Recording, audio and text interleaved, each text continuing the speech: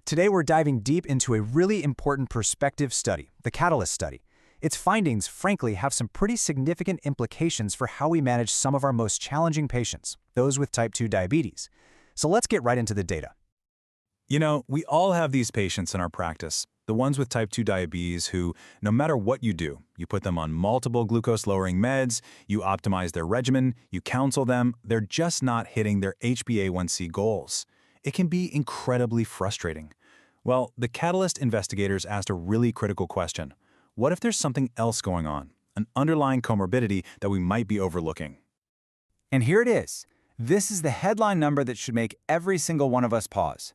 The study found that nearly 1 in 4, 23.8%, of these patients with difficult-to-control type 2 diabetes has underlying hypercortisolism. I mean, that is a staggering number. It suggests this is anything but a rare condition in this specific group. So, to really appreciate the gravity of this, here's how we're going to break down the CATALYST study today. We'll start by talking about this idea of a hidden prevalence. Then we'll walk through the study design, which is really robust. We'll look at who exactly has hypercortisolism, what the key predictors and imaging findings are, and then, the most important part, we'll pull it all together and talk about what this means for our day-to-day practice. Okay, so let's set the stage. The problem we're tackling here is a familiar one, a major clinical challenge. We have this significant chunk of our patient population that just isn't getting to goal, and the CATALYST study was specifically designed to see if hypercortisolism is a contributing factor we've all been missing. This statement from the study really captures that clinical frustration perfectly, doesn't it? It's this exact group of patients, the ones on 2, 3, maybe even more agents, with an A1C that just refuses to budge, that became the focus of this entire investigation. And the suspected culprit here is hypercortisolism. As we all know, excess cortisol just wreaks havoc on glucose metabolism. It drives up insulin resistance in muscle and fat, and it can directly impair beta cell function. You put those two together, and you've got a perfect storm for stubborn hyperglycemia that just doesn't respond well to our usual diabetes therapies. So let's talk about this study design, because the real power of these findings comes from how rigorous the methodology was. You know, this wasn't some small single-center chart review. This was a big deal, a prospective, multi-center study carried out at 36 different sites all across the United States. And they were very specific about who they let in. The investigators enrolled over 1,000 adults who really fit that difficult-to-control description to a T. We're talking an HbA1c that's stuck somewhere between 7.5 and 11.5%, and they're already on 2 or more glucose-lowering drugs. This tight focus is what makes the results so incredibly relevant to the patients we're seeing every day. The diagnostic process was very systematic, exactly how we'd approach it in our own clinics. Every single one of the 1,057 patients got a 1 milligram overnight dexamethasone suppression test. The diagnosis of hypercortisolism was made if their post-dex cortisol was 1.8 micrograms per deciliter or higher. And for anyone who met that biochemical cutoff, the next step was an adrenal CT scan. It was a really clean, robust protocol. Okay, so after all that rigorous screening, we know the what, that 23.8% of these patients had hypercortisolism, but the next obvious question is, who? Who are these people? Let's dig into the baseline characteristics and see if a distinct clinical picture starts to emerge. Looking at the study's baseline data table, you start to see some really stark, statistically significant differences pop out between the two groups.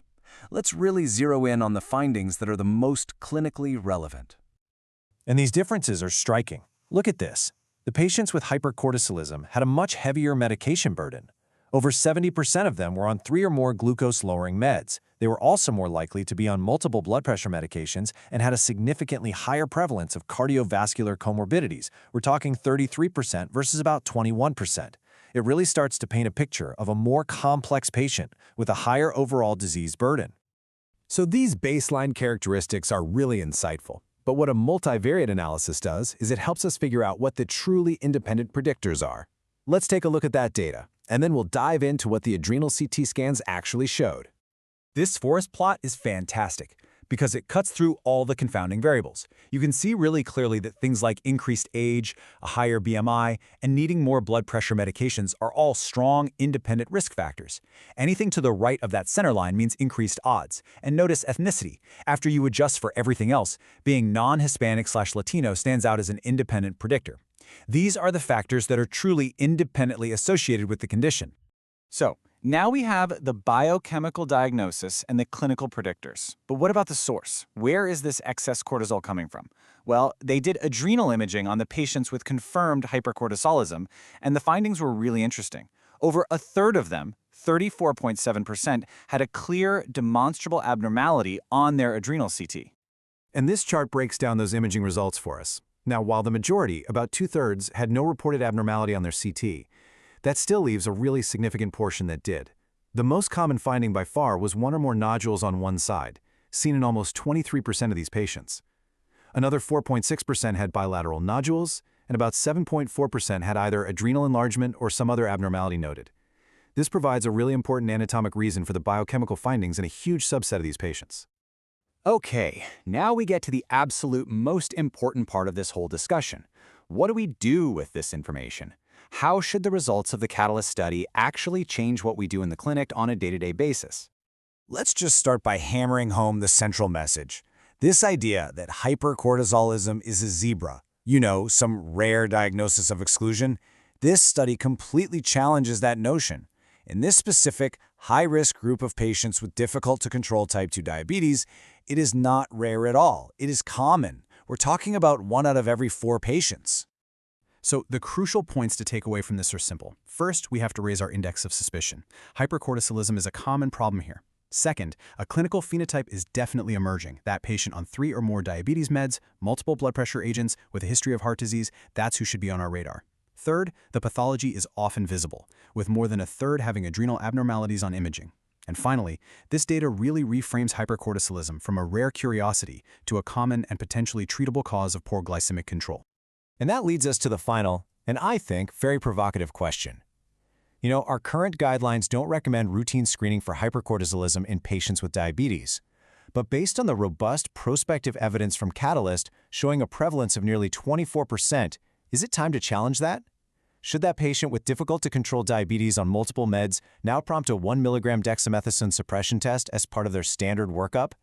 The Catalyst study provides some really compelling evidence that the answer might just be yes.